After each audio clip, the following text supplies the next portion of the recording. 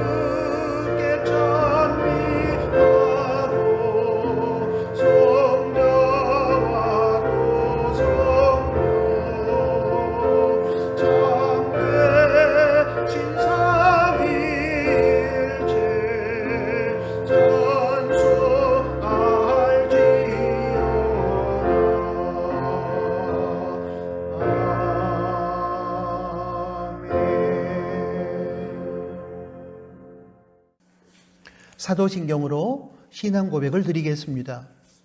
전능하사 천지를 만드신 하나님 아버지를 내가 믿사오며 그 외아들 우리 주 예수 그리스도를 믿사오니 이는 성령으로 잉태하사 동정녀 마리아에게 나시고 본디오 빌라도에게 고난을 받으사 십자가에 못 박혀 죽으시고 장사한 지 사흘 만에 죽은 자 가운데서 다시 살아나시며 하늘에 오르사 전능하신 하나님 우편에 앉아 계시다가 저리로서 산자와 죽은 자를 심판하러 오시리라.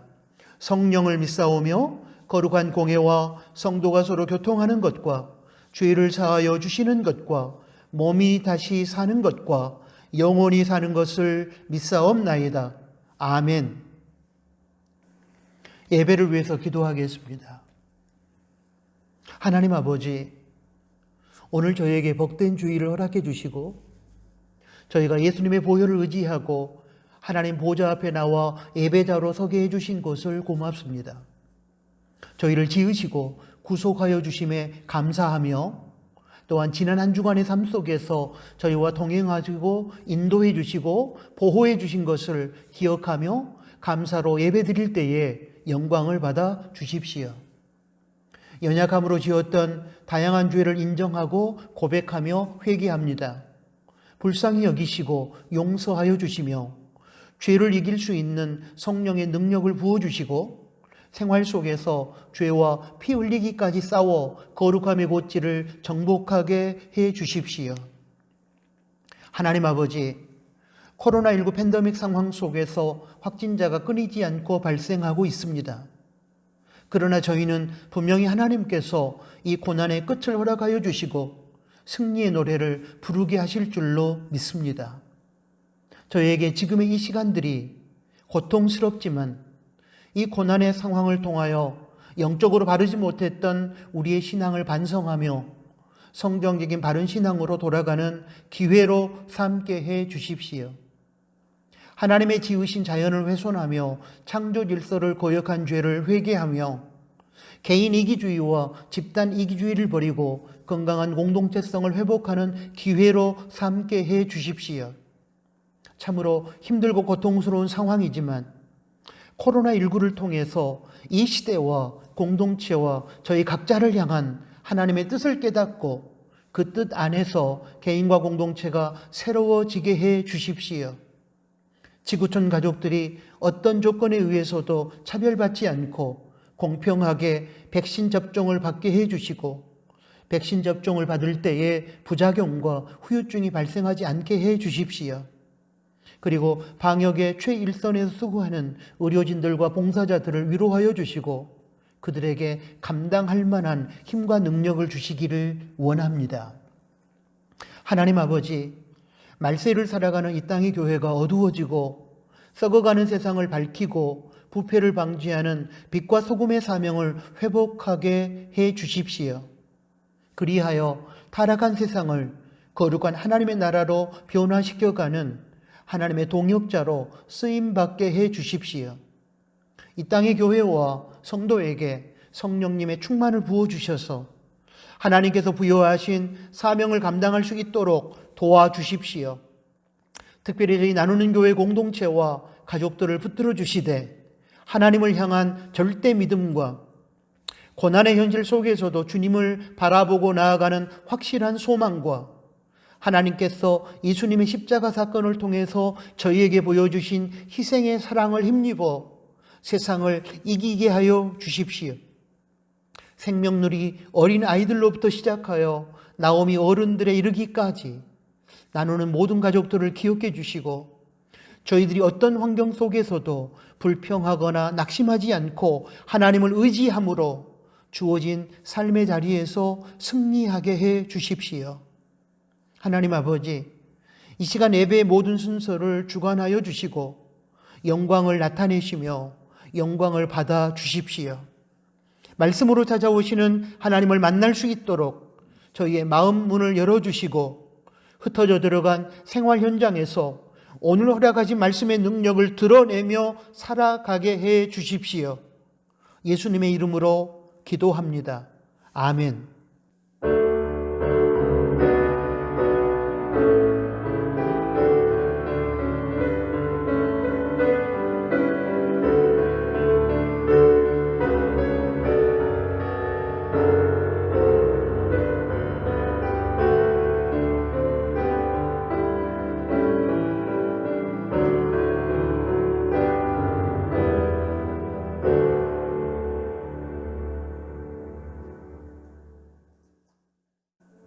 하나님께 봉헌 드리겠습니다.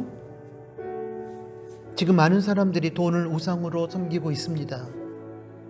기독교인들 중에도 돈을 신으로 섬기면서 돈에 끌려다니는 분들이 있습니다. 돈이 인생의 주인 노릇을 하고 있기 때문에 일어나는 안타까운 모습일 것입니다. 이런 상황 속에서 오직 하나님만이 생명과 물질을 비롯한 모든 것에 참된 주인이심을 인정하고 선포하는 신앙 고백의 구체적인 행위가 봉헌입니다. 봉헌을 통하여 우리는 모든 것의 주인이신 하나님을 높여드리고 청지기로서 우리의 바른 자리를 지켜낼 수 있습니다. 이 시간 봉헌을 통하여 하나님의 선한 뜻이 이루어지며 우리의 물질을 다스리는 삶이 가능해질 것입니다. 기도합니다. 이 시간 모든 것의 주인이신 하나님을 찬양하며 자원하여 정직과 감사와 넉넉함으로 예물을 드립니다. 기쁘게 받아주시고 드려진 예물이 하나님의 선한 뜻을 위해 바르게 사용되게 해 주십시오. 하나님의 주인 되심을 인정하며 청지기의 마음으로 봉헌하는 성도들을 기억해 주시고 일용할 양식을 주시되 자족하며 감사하며 살게 해주시고 물질로 인한 눈물을 흘리거나 물질에 끌려다니는 노예의 삶이 되지 않도록 도와주시기를 원합니다. 나누는 가족들의 가정과 일터와 직장과 학교 위에 하나님의 은혜와 복을 주시되 하나님께서 허락해 주신 것들을 누릴 뿐만 아니라 복의 통로가 되어 나누게 하여 주십시오. 예수님의 이름으로 축복하며 기도합니다. 아멘. 코이노니아 시간입니다. 함께 예배드리는 가족들에게 샬롬으로 인사하겠습니다. 샬롬, 주님의 평화가 우리 심령 가운데, 우리 서로의 관계 가운데 임하기를 소원합니다. 코로나19 팬데믹이 계속되는 가운데 나누는 교회는 현장 예배와 온라인 예배를 병행하고 있습니다. 각자 상황에 따라 주어진 자리에서 거룩하고 지혜롭고 안전한 예배를 드리시고 방역 수칙을 철저하게 지켜주시기를 부탁합니다. 오늘은 3월 둘째 주일입니다. 봄에 허락하시는 하나님의 생명의 능력을 힘입어 희망을 노래하는 우리 나누는 가족들의 3월이 되시기를 바랍니다. 타락의 시대에 믿음을 지키기 위하여 가정과 개인과 나눔도 경건 생활에 최선을 다해 주시기를 부탁합니다. 2월 21일 주일부터 5주 동안에 걸쳐 싣고 있는 주보 광야의 소리란을 통해 올바른 예배관을 정립하시기 바랍니다. 가정 새벽 기도회는 부활주일 4월 4일 이후부터 성경 읽기 하는 말씀과 같은 본문으로 하나님의 음성을 듣게 됩니다. 나누는 가족 성경 읽기 본문은 3월 14일 주일 오늘 현재 신명기 30장입니다. 성실하게 읽고 나눔터에서 묵상을 나누시기 바랍니다. 교회 신규 계좌를 계속 안내하고 있습니다. 참고하시기 바랍니다. 기존의 계좌는 해지되었습니다.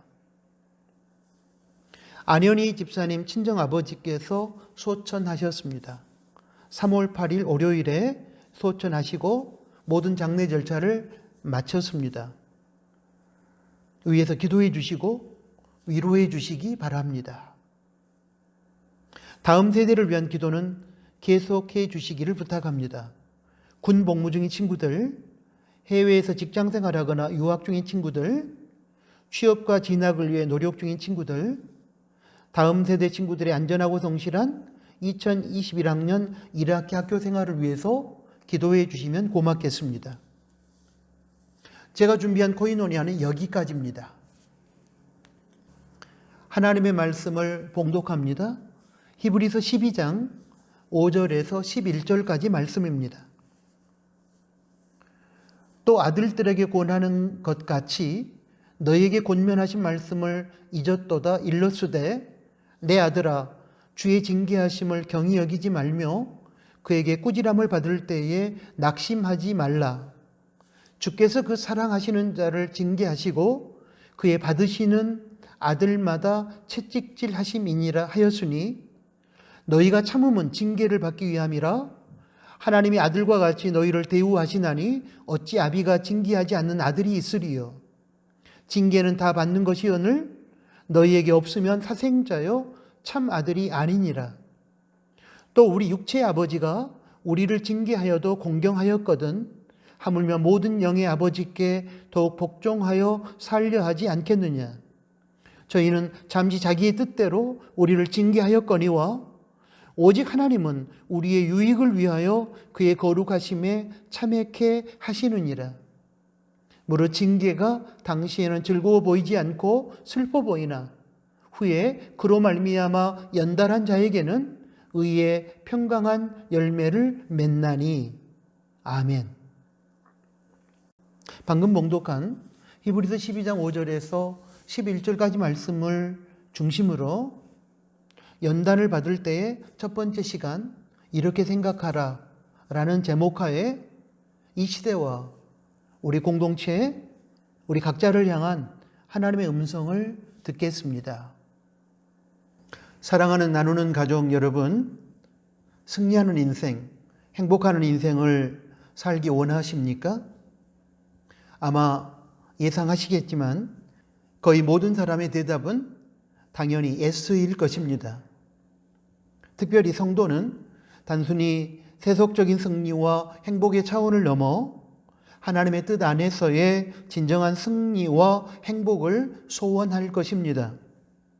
그런데 문제는 크리스찬, 비크리스찬을 불문하고 인생의 승리와 행복이 자신이 살아가고 있는 환경과 상황의 변화에 의해서 주어진다고 생각하는 사람들이 의외로 많다는 사실입니다. 많은 사람들이 인생의 승리와 행복이라는 것이 환경의 변화에 달려 있다고 생각합니다. 그러나 성경은 인생의 승리와 행복이 자신에게 주어진 환경을 살아가고 있는 사람의 마음, 생각의 변화에 있다고 초지일관 가르칩니다. 오래전에 제가 들었던 설교에서 도전을 받았던 한 가지 예화를 소개하겠습니다. 이 예화는 기독교가 추구하는 것과 세상이 추구하는 것과의 차이점을 제시하므로 기독교의 본질, 성경이 추구하는 가치를 설명하고 있습니다. 더 나아가 인생의 참된 승리와 행복이 어디에서 주어지는 것인가에 대한 해답을 제시한다고 저는 생각합니다. 프랑스의 어느 한 공원에서 공산당원 한 사람이 자신이 몸담고 있는 공산당에 대하여 선전을 했습니다. 여러분, 우리 공산당에 입당하십시오. 그러면 우리 공산당은 여러분에게 여러분이 살 집을 주고 여러분이 먹을 음식을 제공해 줄 것입니다. 이때 공산당원의 선전을 듣고 있던 한 복음 전도자가 일어서서 이렇게 말했습니다.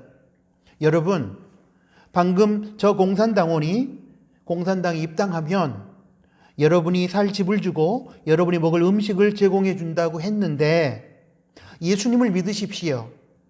예수님을 믿으면 하나님께서 공산당이 제공하는 음식을 먹고 공산당이 제공하는 집에 들어가 살아가는 여러분 자체를 변화시켜 주십니다. 이 예화의 핵심은 사람 자체의 변화가 환경의 변화보다 우선순위에 있다는 것입니다. 물론 악하고 고통스러운 환경을 변화시켜 가는 것도 하나님의 뜻 안에 들어있는 것이지만 하나님은 환경의 변화를 이루시기 전에 먼저 그 고통스럽고 악한 환경 속에서 살아가고 있는 사람 자체의 변화, 사람의 마음, 생각의 변화를 먼저 추구한다는 것입니다. 왜냐하면 아무리 환경을 바꾸어도 그 환경 속에 살아가는 사람의 마음, 생각 자체가 바뀌지 않으면 다시 옛 생활, 즉 옛날의 상태로 돌아가기 때문입니다. 그러므로 인생의 진정한 승리와 행복을 원한다면 환경을 불평하면서 그 환경을 바꿔달라고 하기 이전에 먼저 그 환경 속에서 살아가는 우리의 마음, 생각 자체를 바꾸는 것이 먼저 필요합니다. 여기서 한 가지 오해하지 말 것은 환경과 상황이 인간 삶에 아무런 영향을 미치지 않는다는 뜻이 아닙니다.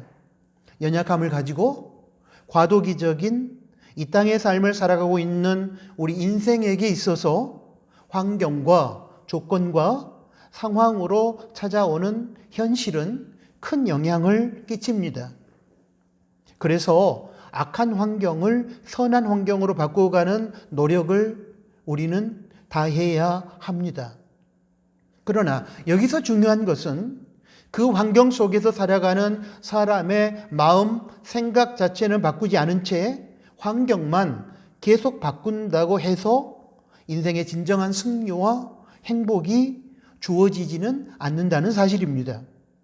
먼저는 그 환경 속에서 살아가는 사람 자체의 마음, 생각이 바뀌고 그 다음에 하나님의 선한 뜻 안에서 새로운 환경을 감당할 만한 인격으로 우리가 변화되었을 때에 환경이 바뀌어져야 인생의 진정한 승리와 행복이 주어지는 것입니다. 또한 이를 통하여 하나님의 선한 뜻이 성취되고 하나님께서 영광을 받으시게 됩니다. 대표적인 실례로 우리나라의 대학 입시 시스템을 보면 쉽게 이해할 수 있을 것입니다. 제가 고등학교를 다닐 때부터 지금까지 40년이 넘는 시간들 속에서 우리나라의 대학 입시 제도는 수도 없이 바뀌었습니다. 저희 때는 예비고사가 있었고 대학 본고사가 있었습니다. 그 후로 대학 학력고사, 대학 수학능력시험으로 이름과 성적을 달리하여 바뀌어졌습니다. 본고사를 보기도 하고 본고사가 폐지되기도 했습니다. 최근에는 다양한 입시 전형이 생겨서 저희 같은 기성세대는 현 대학 입시 제도를 다 이해하기도 어렵습니다. 수시와 정시로 구분되기도 하고 수시에서도 학생부 종합전형, 교과전형 그 외에 다수의 전형이 있습니다. 그런데 여기서 심각한 질문이 하나 있습니다. 이렇게 수도 없이 대학 입시 제도를 바꾸었는데 그렇다고 해서 교육의 질이 높아졌습니까? 사교육이 줄어들었습니까? 공교육이 진정한 교육의 가치를 회복했습니까? 하는 것입니다. 아닙니다. 그렇다면 그렇게 수도 없이 환경과 제도와 시스템을 바꾸었음에도 불구하고 우리나라의 교육 환경은 왜 나아지지 않는 것일까요? 교육 환경과 제도와 시스템을 바꾸는 것이 불필요하다는 뜻이 아닙니다. 적절한 때 새로운 시대에 적합한 새로운 환경과 제도와 시스템을 만드는 것은 굉장히 중요하고 필요한 것입니다. 그렇다면 이유는 무엇일까요? 저는 우리나라 교육을 바라보는 교육과 관련되어 있는 모든 사람들, 교육자, 학부모, 학생 등이 자신들의 교육에 대한 마음, 생각은 바꾸지 않고 단지 환경과 제도와 시스템만 바꾸려고 시도하기 때문이라고 생각합니다. 우리 국민들의 마음, 생각이 교육의 이념을 진실로 홍익인간에 두고서 대학 졸업장과 대학의 간판에 의해 사람을 평가하지 않으며 대학 졸업이나 대학의 간판과 상관없이 한 사람의 인격과 실력과 가능성에 가치를 두는 것으로 먼저 바뀐 후에 그에 적합한 제도와 환경과 시스템이 만들어진다면 지금보다는 훨씬 이상적인 교육의 장으로 나아갈 수 있을 것입니다.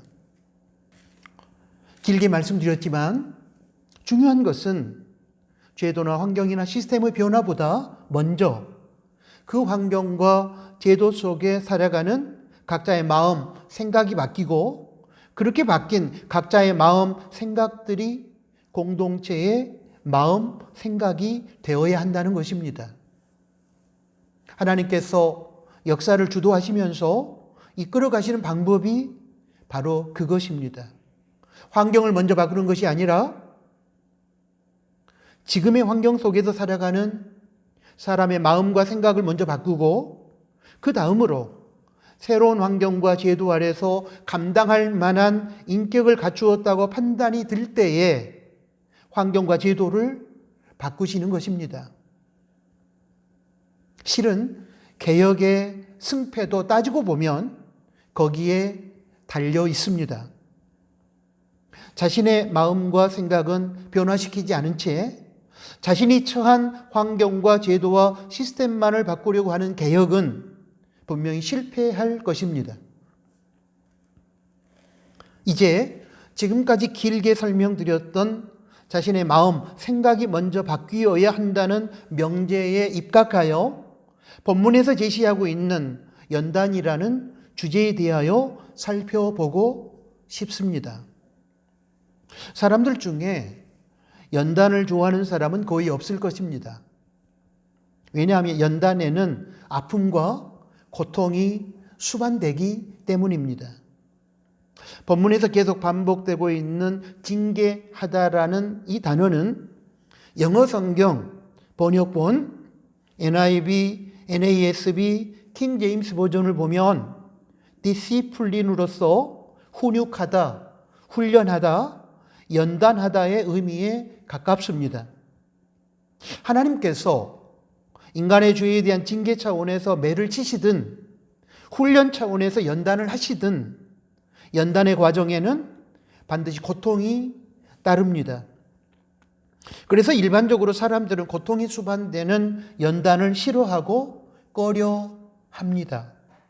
그러나 분명한 사실 하나는 연단을 받는 현실의 상황으로부터 인간이 자유로울 수는 없다는 것입니다. 인간은 연단의 현실을 결코 피할 수 없고 연단으로 인한 고통이 없는 세상은 이 지상에는 없다는 것입니다. 그렇다면 연단으로 인한 고통이 없는 세상을 꿈꾸기 이전에 연단으로 인한 고통이 존재하는 세상 속에서 어떻게 하면 우리가 버티고 살아남고 승리할 것인가를 고민하고 그에 대한 해답을 찾아가는 것이 지혜로운 사람이 취할 자세일 것입니다. 저는 앞에서 설명드렸던 기독교의 본질, 즉 환경을 바꾸기 이전에 그 환경 속에서 살아가는 사람의 마음, 생각을 바꾸어야 한다는 차원에서 그 해답을 찾아볼 수 있다고 생각합니다. 바로 이것입니다. 연단을 받을 때에 연단의 환경을 바꾸려고 하거나 연단의 환경을 바꾸어 달라고 떼를 쓰면서 불평하기 이전에 먼저 연단의 환경 속에서 살아가는 우리 각자의 고통스러운 연단의 환경에 대한 마음과 생각을 성경적으로 바꾸는 것입니다.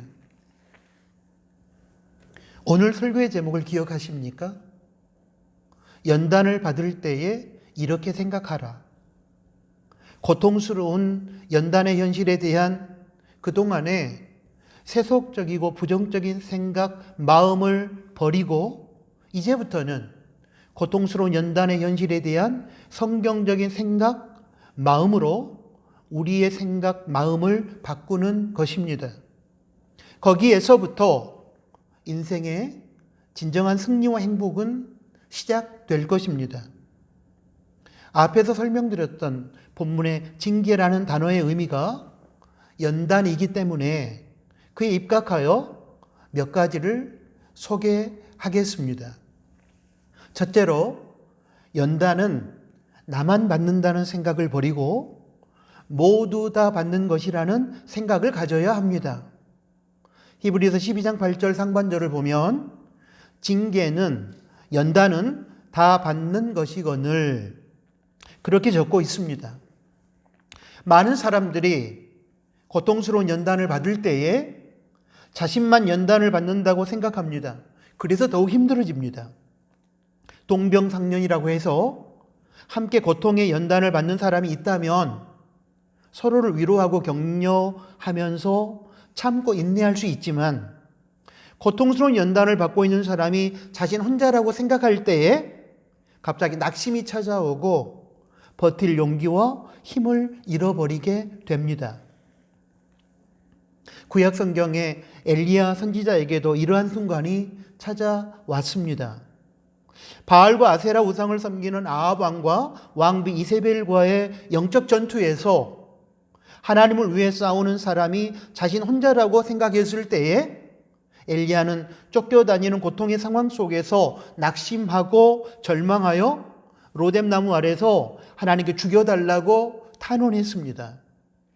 그때 고통의 현실 속에서 낙심하고 절망한 엘리야를 구운 떡과, 구운 떡은 말씀을 의미하고 물은 성령을 의미하는데 구운 떡과 물로 영육을 회복시켜 주셔서 호렙산으로 인도하시고 하나님께서 이렇게 말씀하셨습니다. 열왕기상 19장 18절입니다. 그러나 내가 이스라엘 가운데 7,000인을 남기리니 다 무릎을 바알에게 꿇지 아니하고 다 그 입을 바알에게 맞추지 아니한 자니라. 무슨 뜻입니까? 바알과 아세라 우상을 섬기는 악한 아합 왕과 왕비 이세벨의 추적과 핍박 앞에서 고통의 시간을 보내면서 왜 저 혼자만 믿음을 지키는 것 때문에 고통을 당해야 하느냐며 낙심하여 탄원하는 엘리야 선지자에게 하나님은 너 혼자만 믿음을 지키는 것 때문에 고통의 시간을 보내고 있는 것이 아니라 너 외에도 7천 명의 사람들이 믿음을 지키는 것 때문에 고통을 받고 있으니 너만 겪는 고통이라고 생각하여 절망하지 말고 7천 명의 믿음의 사람들을 생각하면서 힘을 내고 일어서라. 그런 의미입니다. 하나님은 자신 홀로 고통의 시간을 보내고 있다고 생각하여 낙심과 절망 중에 빠졌던 엘리야에게 힘과 용기를 주기 위하여 너와 같이 고통의 시간을 견디고 있는 7천 명의 동역자를 소개한 것입니다. 그러므로 사랑하는 나누는 가족 여러분, 고통스러운 연단을 받을 때에 나만 겪는 고난이라고 생각해서 낙심하지 마시기 바랍니다. 같은 종류, 아니 종류는 다르더라도 고통스러운 연단은 이 땅을 살아가는 모든 사람에게 동일하게 찾아오는 것이며 우리 모두가 다 연단의 고통을 감수하고 있다는 사실을 기억하시고 힘내시기 바랍니다.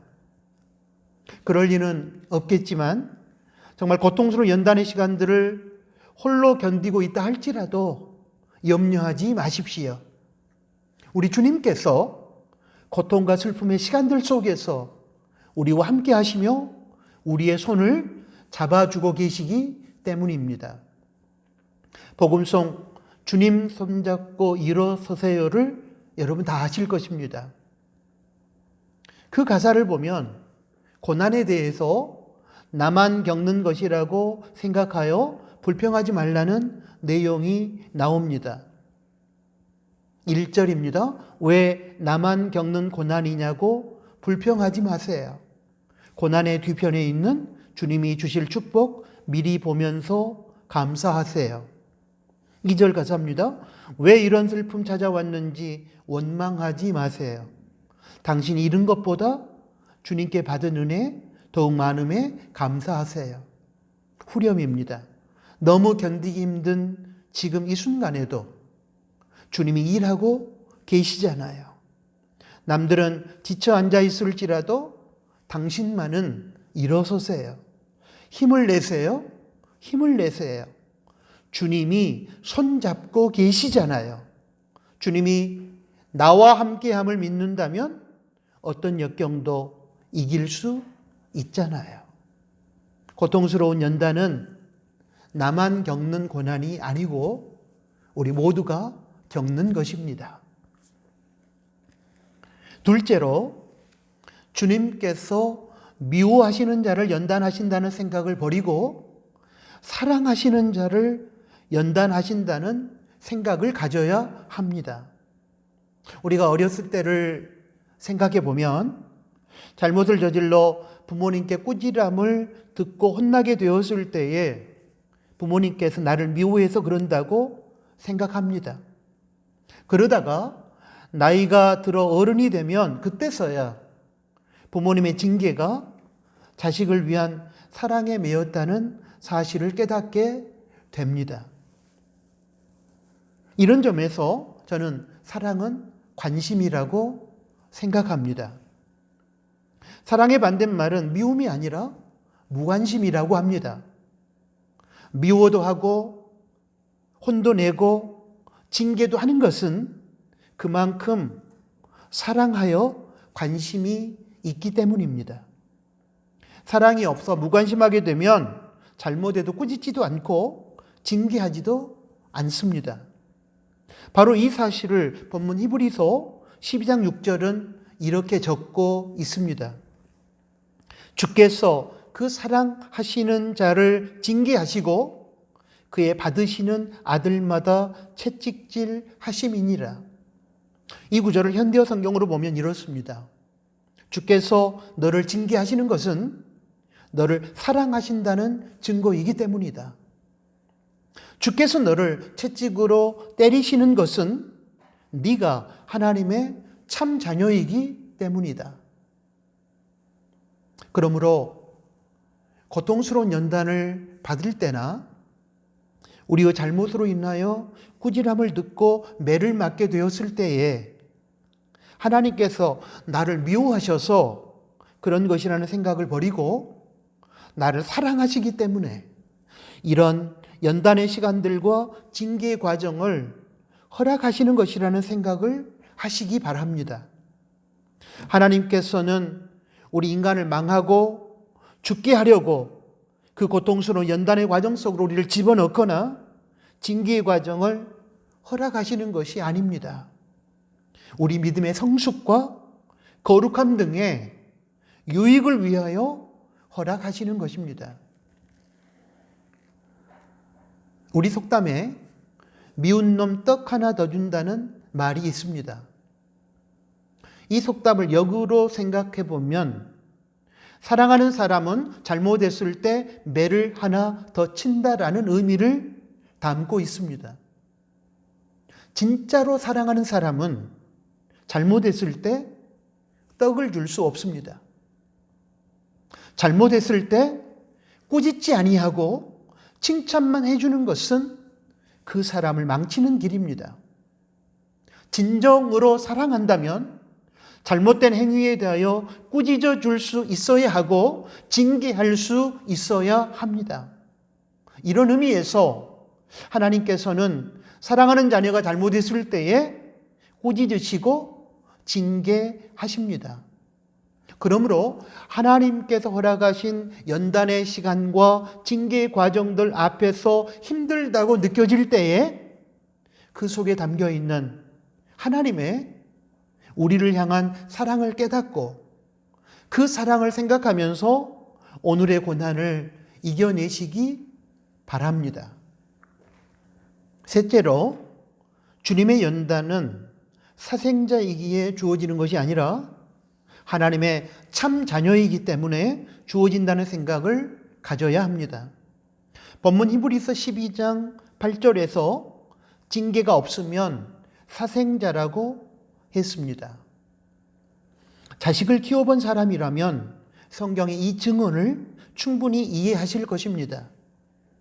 내 자식이 잘못했을 때에 진짜 부모는 마땅히 꾸지람을 하고 징계를 합니다. 그러나 남의 자식의 잘못된 행위에 대해서는 특별한 상황이 아니라면 꾸짖거나 징계하지 않습니다. 그 이유는 간단합니다. 진짜 내 자식이 아니기 때문입니다. 세상을 살아가다 보면 하나님의 섭리에 대하여 불평이 나올 때가 있습니다. 그것은 하나님의 자녀인 우리가 조그만 잘못 하나를 해도 말씀으로 꾸짖으시고 징계하시는 하나님께서 세상 사람들이 악을 행하고 살아갈 때는 징계도 하지 않으시고 내버려 두시는 현실을 접할 때에 우리는 하나님께 불평하곤 합니다. 하나님이 살아계시다면 어떻게 이럴 수가 있습니까? 그런데 이것도 조금 더 깊게 생각해 보면 감사할 일입니다. 잘못을 행하고 죄를 지었음에도 불구하고 아무 일 없이 잘 먹고 잘 살고 있다면 그것은 복이 아니라 저주입니다. 잘못과 죄에 대한 꾸지람을 듣지 않고 징계를 받지 않음으로 인하여 자신의 잘못과 죄를 깨닫지 못하고 회개하지 못하고 방치하다가 결국에는 죄가 장성하여 사망에 이르는 비극에 직면하게 될 것이기 때문입니다.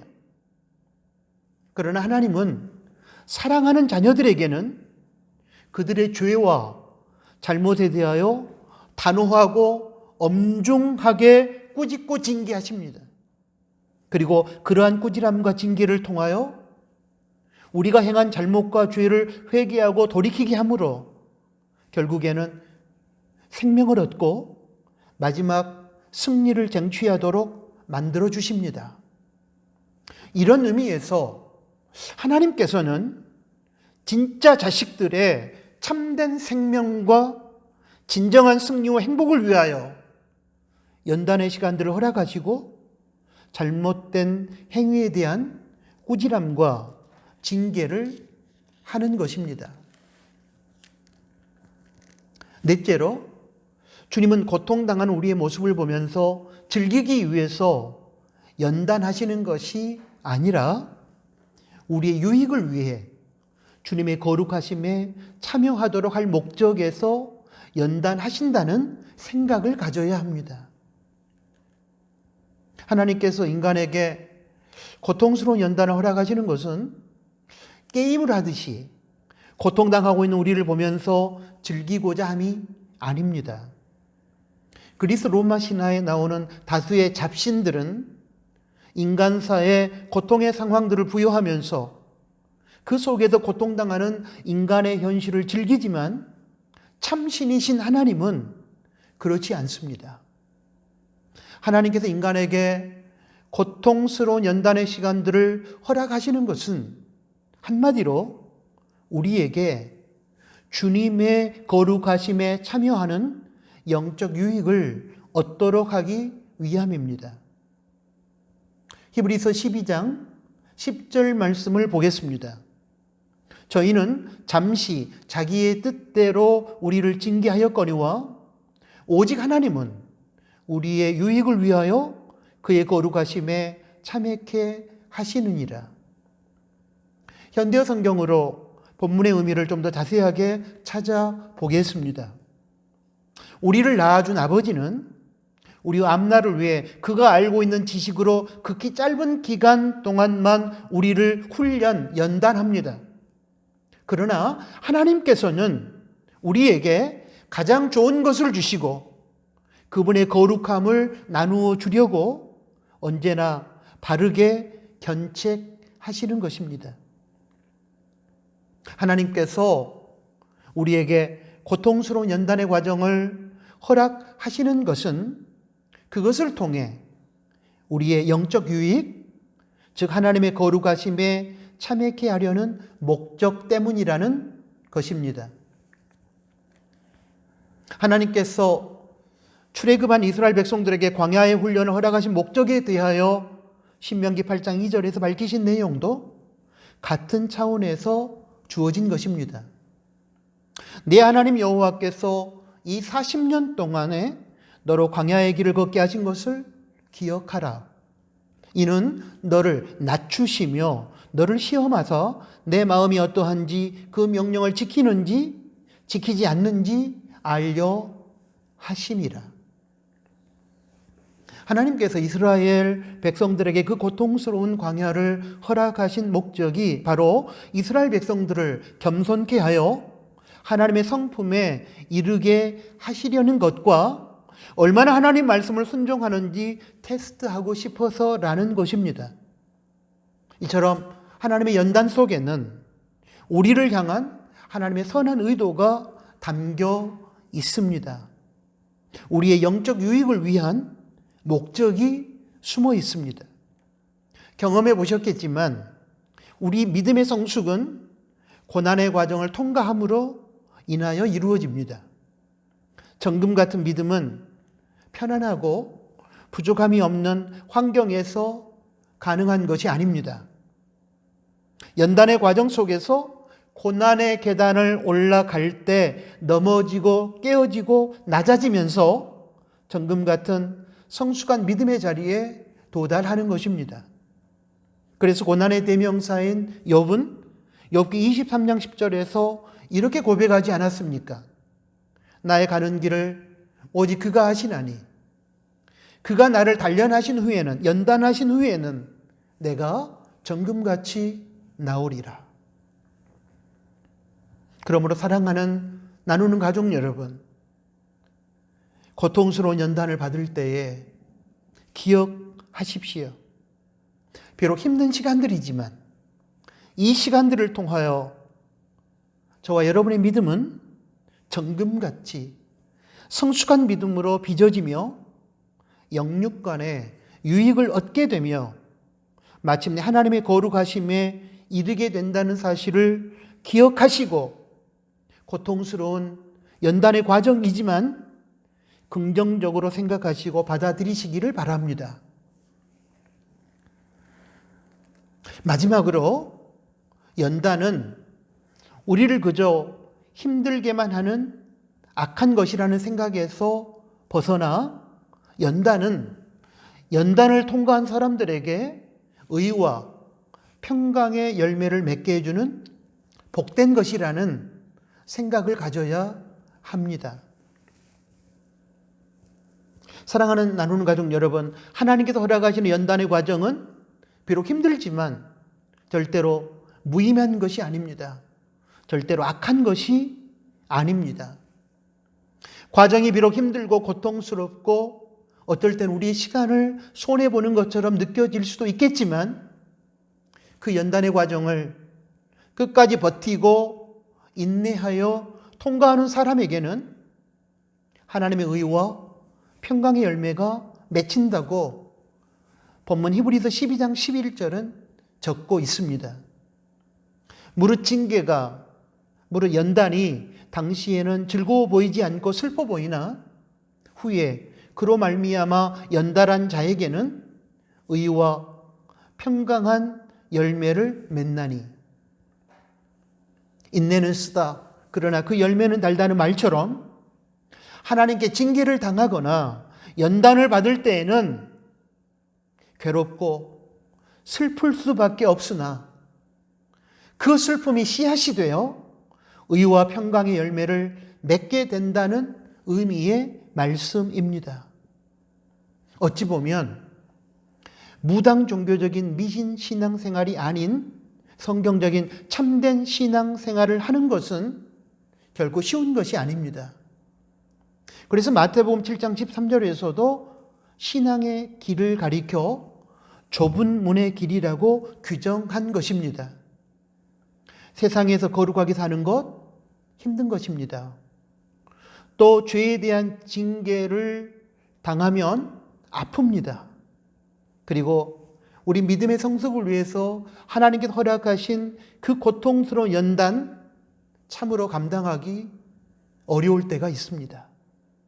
그러나 그 모든 것이 비록 힘들고 고통스럽지만 그 모든 것이 하나님의 사랑으로 주어지는 것이며 그 고통스러운 연단의 과정을 통과하면 이 세상 어디에서도 경험할 수 없는 참된 행복의 세계에서 누릴 수 있는 하나님의 의와 평강의 열매를 거두게 될 것입니다.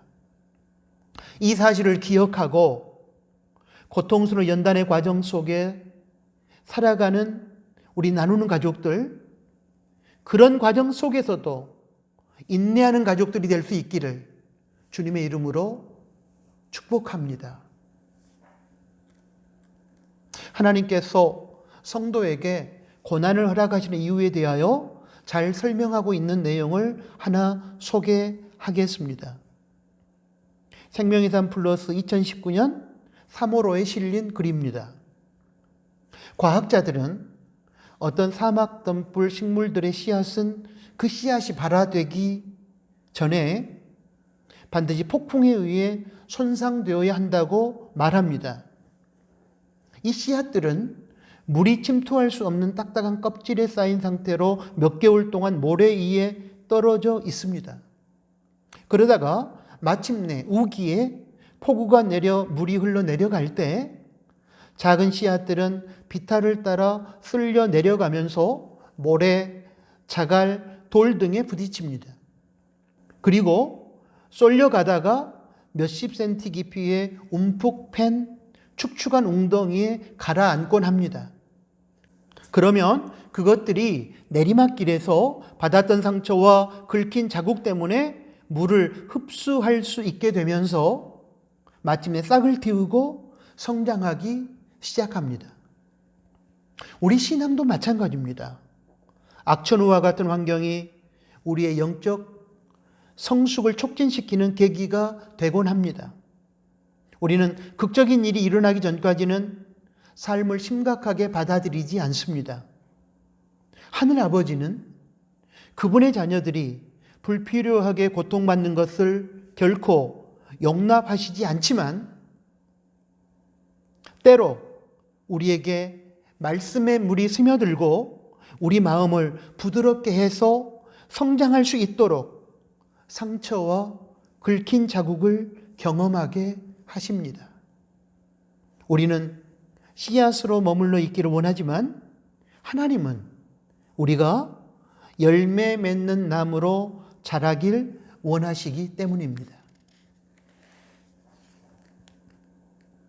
사랑하는 나누는 가족 여러분, 지금까지의 설교 내용에 동의하신다면 또한 고통스러운 연단의 환경을 극복하고 인생의 진정한 승리와 행복을 원하신다면 연단의 환경을 불평하면서 바꾸려고 하기 이전에 이제부터는 그보다 먼저 연단의 환경을 바라보는 자신의 마음, 생각을 바꾸십시오. 고통스러운 고난의 현실에 대한 부정적인 생각을 바꾸지 않으면 절대로 고난의 현실에서 벗어날 수 없고 연단의 과정을 이겨낼 수 없을 것입니다. 이미 생각에서부터 무너졌기 때문입니다. 중요한 것은 먼저 고통이 수반되는 연단의 현실에 대한 마음, 생각을 성경적으로 바꾸는 것입니다. 바뀐 성경적인 생각으로부터 성경적인 언어가 나오고 성경적인 행위가 나오며 그 행동 하나가 반복되어지면 습관이 되고 그 습관에서 인격이 형성되고 마침내 그 인격을 접하면서 사람들은 우리의 삶이 변화되었음을 느끼게 됩니다. 우리가 예수님을 믿고 존재가 변하여 하나님의 자녀가 된 이후로 예수님 닮은 거룩한 성품의 세계라는 인생의 진정한 승리, 행복의 자리에 이르기 위해서는 그 출발점이 마음, 생각의 변화에 있음을 우리는 분명히 깨달아야 합니다. 마음, 생각의 변화가 없이 겉으로만 행동을 바꾸는 것은 사람에게 보이려고 하는 외식, 위선으로서 사람이 근본적으로 바뀌지 않듯이 사람의 마음, 생각을 바꾸지 않고 환경만 바꾸어 승리하고 행복하기 원하는 것은 무의미하고 부질없고 허망한 것으로서 인생 자체가 근본적으로 바뀌지 않습니다. 성경적인 신앙이라기보다는 무당적인 미신신앙에 가깝습니다. 그러므로 사랑하는 나누는 가족 여러분, 주님의 이름으로 부탁합니다. 고통스러운 연단을 받을 때에 비록 연단이 고통스럽고 힘들고 슬프고 아프지만 그런 상황 속에서도 낙심하거나 환경을 바꾸어 달라고 불평부터 하기 전에 먼저 연단에 대한 세속적인 생각을 성경적인 생각으로 바꾸시기 바랍니다. 왜냐하면 거기에서부터 인생의 진정한 승리와 행복이 시작될 것이기 때문입니다. 아멘.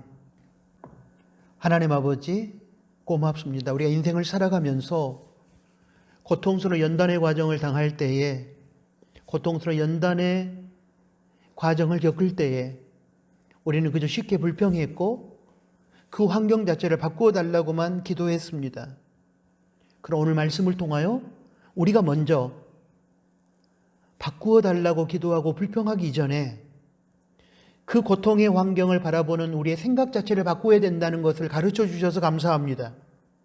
하나님의 선한 뜻 가운데 주어지는 연단의 과정을 하나님의 마음으로 바라보면서 성경적인 색각으로 바라보면서 우리에게 주어진 연단의 과정을 무사히 통과하고 진정으로 승리하는 인생, 행복한 인생, 하나님께 영광을 돌려드리는 인생이 되게 하여 주십시오. 예수님의 이름으로 기도합니다. 아멘. 파송 찬양을 하나님께 드리겠습니다. 새 찬송가 620장 여기에 모인 우리. 오늘 주신 말씀을 생각하면서 함께 찬양합니다.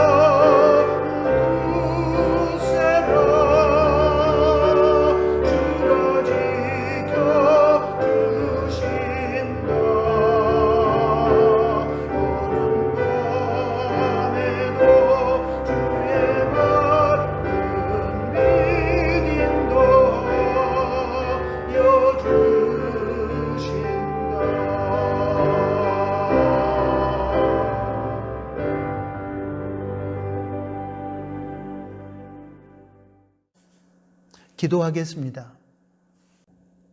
이제는 우리 구주 예수 그리스도의 은혜와 하나님 아버지의 크신 사랑하심과 성령 하나님의 위로, 교통, 충만, 동행하심이 오늘 주신 하나님의 말씀을 듣고 연단을 받을 때에 세속적인 생각을 내려놓고 하나님의 생각으로 무장하여 고통스러운 연단의 과정이지만 믿음으로 이기고 승리하기를 소원하는 사랑하는 나누는 교회 가족들 머리 위에 이제로부터 영원토록 항상 함께 계실지어다. 아멘.